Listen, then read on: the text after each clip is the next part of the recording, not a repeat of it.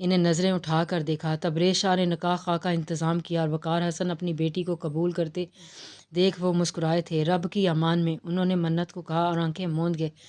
اس کے بعد منت کی دل دہلا دینے والی چیخیں تھیں۔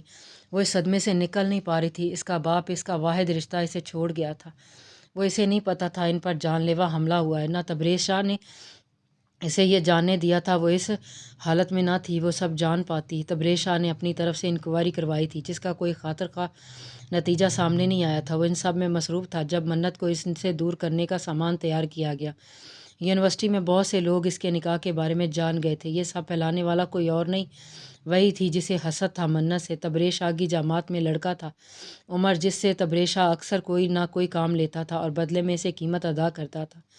یہ وہی لڑکا تھا جسے منت کی بنائی ہوئی اسائنمنٹ دی تھی۔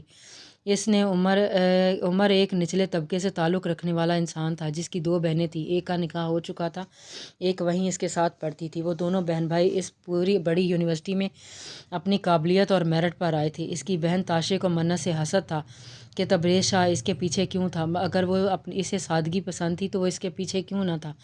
یہ جلن اور حسد اس حد تک بڑھ گیا تھا کہ وہ ان کو کسی بھی صورت علیحدہ کرنا چاہتی تھی۔ جب اسے ان کے نکاح کا پتہ چلا تو اپنے آپ کو قابو میں نہ رکھ سکی۔ اس نے پلان تیار کیا۔ اس کا مقصد صرف تبریز شاہ کو اس حال تک پہنچانا تھا وہ اسے قبول کر لے، اور اس نے ویسا ہی کیا۔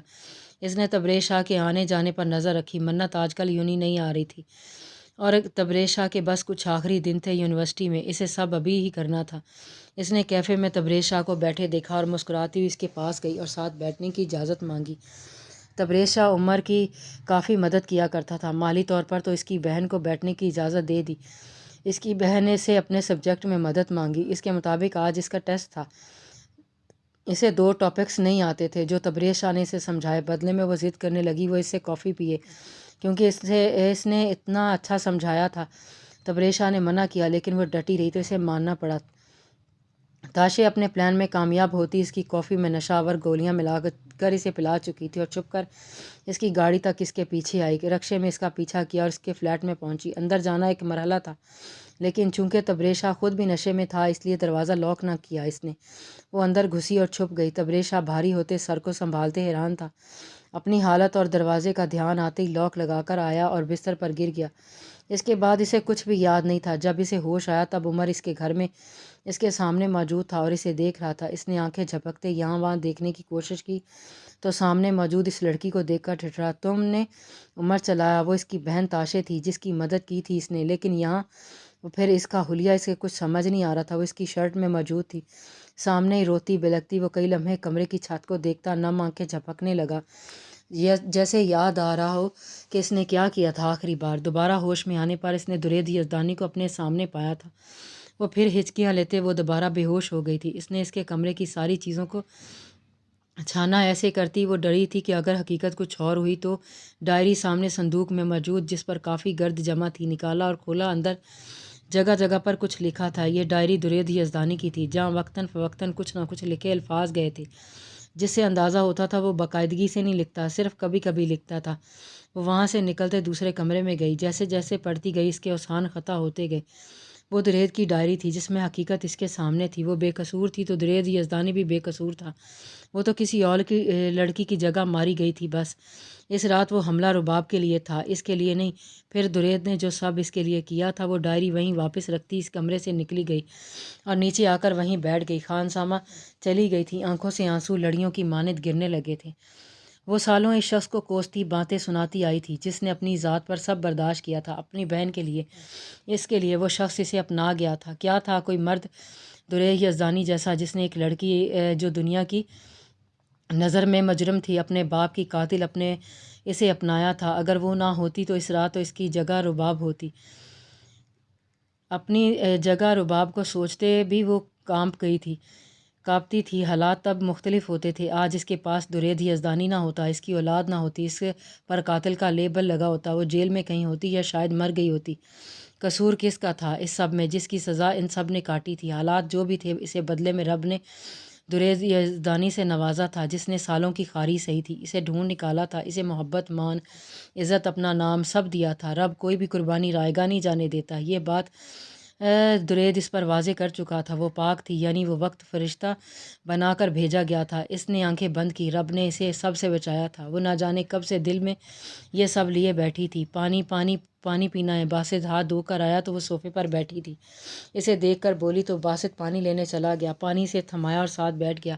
کھانا نہیں گیا کھائیں گے ہم؟ معصومیت سی معصومیت تھی۔ رباب، یہ اس وقت جتنی معصوم تم بن رہی ہو نا، کاش حقیقت میں بھی ایسی ہوتی تو مجھے کبھی کسی بات کا غم نہ ہوتا۔ وہ آہ بھرتے ہوئے بولا تھا۔ توبہ کریں، آپ کو کون سا غم ہے؟ دیا میں نے، وہ اس کے بال مٹھیوں میں دبوچے بولی تھی۔ کوئی نہیں دیا، تم کافی نہیں ہو؟ وہ زیر لب بڑبڑایا تھا جو وہ نہ سن سکی تھی۔ نہیں تو ابھی تک اس کے سر کے بال آدھے رباب کے ہاتھوں میں ہوتے۔ باسط نے اس کے لیے سوپ آرڈر کیا اور اپنا کھانا، اور اب یہ بیٹھا نیوز سن رہا تھا، جبکہ وہ دوبارہ اس کے ساتھ لگ کر بیٹھ گئی، اسے ہی دیکھ رہی تھی۔ مجھے دیکھیں، وہ تھک کر بولی۔ بولو۔ باسط نے ٹی وی سے ایک نظر ہٹاتے اسے دیکھا تھا۔ وہ واپس ٹی وی پر نظریں جما لی۔ رباب نے اس کے ہاتھ سے ریموٹ لیتے ٹی وی بند کیا تھا اور اس کا رخ اپنی طرف کیا۔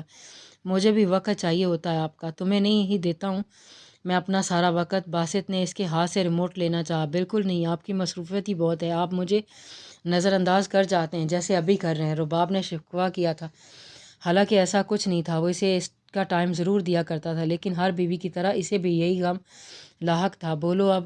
باسط نے اپنا رخ اس کی طرف کرتے ہوئے اسے اپنے نزدیک کھینچا، جو ٹانگیں صوفے پر سمیٹتے ہی بیٹھی تھی۔ اچھا آپ بتائیں میں آپ کو کتنی اچھی لگتی ہوں؟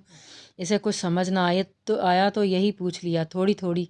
وہ شرارت پر آمادہ ہوا تھا۔ ویسے آپ تو مجھے تھوڑے بھی پسند نہیں ہیں، پر آپ نے زبردستی شادی کی ہے، نبھانی تو پڑے گی نا۔ وہ پتھر کا جواب اینٹ سے دے گئی تھی۔ اچھا میں نے زبردستی سے کی تھی تو بچپن کی محبت تو تمہاری کوئی اور ہے تھا نا؟ باسط نے اسے گود میں بٹھاتے سختی سے پوچھا۔ آپ کو کیسے پتہ چلا؟ رباب ہمیشہ سے یہ جواب جاننا چاہتی تھی۔ تمہاری آنکھوں میں تب بھی سب بتاتی تھیں اور اب بھی۔ مختصر یہ تمہاری آنکھوں میں صاف لکھا ہے تمہیں، یعنی رباب باسط کو باسط ضیاء سے بے حد محبت ہے۔ وہ اسے تفصیل سے بتاتا اس کی لٹ کو انگلی پر گھماتے بولا تھا۔ رباب کو اپنا ماضی یاد آیا، کیسے وہ اسے پسند تھا بے حد۔ اس کی چھٹی کر لینے پر وہ کیسے اداس ہو جایا کرتی تھی۔ تم نے میری بہن کے ساتھ عمر شدت غم سے چلا رہا تھا۔ وہ اٹھ کھڑا ہوا، حالات سمجھنے کی کوشش کرنے لگا، اور جو اسے سمجھ آ رہا تھا وہ سمجھ کر بھی سمجھنا نہیں چاہتا تھا۔ یہ یہاں کیا کری ہے؟ تم بتاؤ، تم ساتھ لائے ہو کیا اس لیے ہماری مدد کرتے رہے؟ ہماری ہی بہن پر تم گندی نیت رکھتے تھے، اپنی ہوس مٹاتے؟ کیا بکواس ہے، مجھے بالکل اندازہ نہیں ہے یہاں کیسے آئی ہے۔ وہ چلایا۔ پھر تو تمہیں یہ بھی معلوم نہیں ہوگا اس کی یہ حالت تم نے کی ہے۔ عمر اپنی بہن کی حالت دیکھتا تڑپ رہا تھا، لیکن تبریز شاہ انکاری تھا اس سب سے۔ عمر اس کی حیثیت کا نہیں تھا، اس لیے زیادہ کچھ نہ کر سکا، لیکن وہ منت کو بتا کر سب انہیں علیحدہ کرنا چاہتا تھا۔ وہ جانتا تھا تبریز شاہ مانے نہ مانے، اسے منت وقار سے محبت ہے، وہ اسے اس کی محبت کو دور کر دے گا بدلے میں۔ تبریز شاہ اب تک حیران تھا وہ لڑکی اس کے گھر کے اندر کیسے پہنچی، اور ان سب کی جانچ پڑتال کر رہا تھا۔ جب عمر منت کے پاس گیا اور اسے اس کی حقیقت بتانے کی کوشش کرنے لگا، لیکن تبریز شاہ بروقت پہنچ گیا تھا، اسی لیے وہ سب منت نہ جان پائی۔ لیکن اگلے روز یونیورسٹی میں سب کو پتہ چل گیا تھا کہ تبریز شاہ نے منت وقار سے شادی اس کے باپ کی دولت کے لیے کی تھی۔ عمر نے اسے اپنے ساتھ ہوئی تبریز شاہ کی فون کال کی ریکارڈنگ سب کو سنائی تھی، جو تب کی تھی جب وہ منت وقار میں اس کے باپ کے بزنس ٹرکس کو جاننے کے لیے دلچسپی لے رہا تھا، اور اس نے منت کے باپ کی انفارمیشن نکالنے کو کہا تھا۔ عمر کو یہ بات کافی پرانی تھی، لیکن عمر نے اسے ہتھیار بنا کر منت کو سنائی تھی، جسے سنتے وہ ٹوٹ گئی تھی اور پھر وہ سب چھوڑتی وہاں سے چلی گئی۔ اسے عمر نے یہ بھی بتایا تھا کہ تبریز شاہ اس کی دولت کے لیے اس کے ساتھ تھا۔ اس کا باپ منت کے باپ کو بزنس میں ہرانا چاہتا تھا۔ اسے محبت ہونے لگی تھی تبریز شاہ سے۔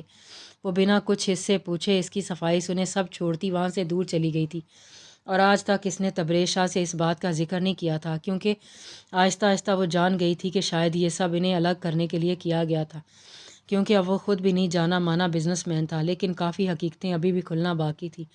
وہ تو یہ بھی نہ جانتی تھی کہ اس کے باپ کا قتل ہوا تھا، اسے یہی بتایا گیا تھا۔ اچانک ہونے والے ہارٹ اٹیک سے ان کی موت ہو گئی تھی۔ ابھی وہ اور آنسو بہاتی کہ نظریں اٹھاتی اور سامنے سنجیدہ کھڑا اسے دیکھ رہا تھا۔ رباشا جھٹکے سے کھڑی ہوئی اور اس کے سینے سے لگی، زاروں قطار رونے لگی۔ درید نے اسے رونے دیا تھا، یقیناً وہ حقیقت سے آشنا ہو گئی تھی، وہ شاید یہی صحیح وقت تھا۔ اس کے بالوں میں ہاتھ چلاتے درید نے اسے خاموش کروایا تھا۔ میرے پاس الفاظ نہیں ہیں، میں نے تو کچھ پوچھا بھی نہیں تھا آپ سے۔ رباشا سالوں پہلے لہجے کو ساکت رہ گئی تھی۔ آپ مجھے معاف نہیں کریں گے، میں معافی کی حقدار نہیں۔ وہ شرمندہ تھی، پشیمان تھی۔ اس کے جذبات اس وقت کوئی نہیں سمجھ سکتا تھا۔ کیا اس انسان کو کوئی سمجھ سکتا ہے؟ اس نے محبت کرتے ہوئے بھی اس شخص کے لیے اپنے دل میں یہ بات چھپائے رکھی ہوئی جس نے اسے مجرم مانا ہو سالوں۔ وہ شخص اب آپ کا محسن نکلے آئے۔ اس رات وہ سب رباب کے لیے تھا۔ آپ پھنس گئی، وہ کہہ کر خاموش ہوا۔ میں اسے کبھی معاف، وہ اپنے اختتام کو پہنچ چکا ہے رباشا درید یزدانی۔ درید نے اسے سامنے کرتے کہا، جو حیرت سے اسے دیکھتی شستر سی کھڑی رہ گئی تھی۔ کب کی کیسے اس شخص کو اسی راہ سے ڈھونڈنا شروع کر دیا تھا میں نے، اور بس اپنی بیوی، اپنی بہن کے مجرم کو جہنم وصال کر کے میں نے وہ قصہ مٹا دیا۔ میں پشیمان ہوں۔ اس نے تیزی سے سر ہلایا۔ یاد ہے آپ نے پوچھا تھا اب میں پہلے کی طرح آپ کیوں نہیں بلاتا، اور میں نے کہا تھا ابھی کچھ ادھار ہیں آپ کی طرف، بس آج اس ادھار کو چکا دیا آپ نے۔ سب حقیقت جان کر مجھے برے و ذمہ کر کے درید نے اسے بتایا۔ وہ اس غم میں تھا کہ اس کی بیوی کے دل میں وہ واقعہ اب تک اپنے پنجے گاڑے ہوئے ہے جس میں وہ بے قصور تھے۔ جس روز آپ کی قربت ملی تھی، آپ کے لمس سے آشنا ہوئی تھی، اسی دن جان گئی تھی کہ یہ لمس، یہ قربت، یہ سانسیں، یہ شخص وہ نہیں تھا جس کی سزا میں نے اسے دی تھی۔ وہ بولی، کہنے کو بہت کچھ تھا لیکن الفاظ نہ تھے اس اپنے احساسات کو دکھانے کے لیے۔ وہ لرزتے وجود کے ساتھ اس کے سامنے موجود تھی۔ اس دنیا میں دو بے قصور لوگوں نے بلا وجہ کی سزا اگر کاٹی تھی تو بدلے میں انہیں ایک دوسرے کا ساتھ ملا تھا۔ رات کے بعد سویرا، وہ تھک گیا ہوں کھڑا رہ کر، درید نے کہا تو اس نے درید کو دیکھتے صوفے پر بیٹھنے کو کہا اور خود بھی بیٹھ گئی۔ لاؤنج میں اس وقت خاموشی تھی، جذبات جیسے سارے اس خاموشی میں تھے۔ آپ کو معاف کیا، میرے دل نے آپ کے کیے ہر جرم کو معاف کیا میں نے۔ رباشا، محبت میں محبوب سے غلطی کے اعتراف نہیں کروائے جاتے، بس خاموشی سے اپنا احساس دلا کر جتایا جاتا ہے کہ ضرورت کیا ہے۔ آپ کی ضرورت بننا چاہتا ہوں۔ سالہ مرنا نہیں چاہیے، اتنے بڑے گھاؤ دو، اس کی آہیں ساری رات یہاں گونجتی رہیں۔ سامنے کرسی پر بیٹھے شخص نے کہا، تو ایسا نہیں کر سکتا تبریز، عمر چلایا تھا اور اب پھر ان دونوں کے درمیان آنا چاہ رہا تھا جب سے اسے پتہ چلا تھا کہ منت واپس آ گئی ہے تبریز شاہ کے پاس۔ وہ انہیں خوش نہیں دیکھنا چاہتا تھا، اپنی بہن کا بدلہ لینا چاہتا تھا، وہ جس نے اس کے بعد کبھی شادی ہی نہیں کی تھی۔ اسے ان سب کا قصوروار تبریز شاہ لگتا تھا۔ میں کر سکتا نہیں کر رہا ہوں، سگریٹ سلگاتے اس شخص نے سامنے موجود کو کہا۔ یاد رکھ، میں جب بھی یہاں سے نکلا تیری بیوی کو وہ مواد دکھا دوں گا جو تو نے یا میری بہن چٹا پہ در اس پر لاتوں اور مکوں کی برسات کرتے۔ تبریز شاہ پیچھے ہٹا تھا۔ تو بتائے گا میری بیوی کو؟ میں نے کچھ نہیں کیا تھا تیری بہن کے ساتھ۔ میری بہن جھوٹ نہیں بول سکتی مجھ سے، اور مت بھول اس کے بدن پر اس دن تیرا لباس اور تیرے دیے نشان تھے۔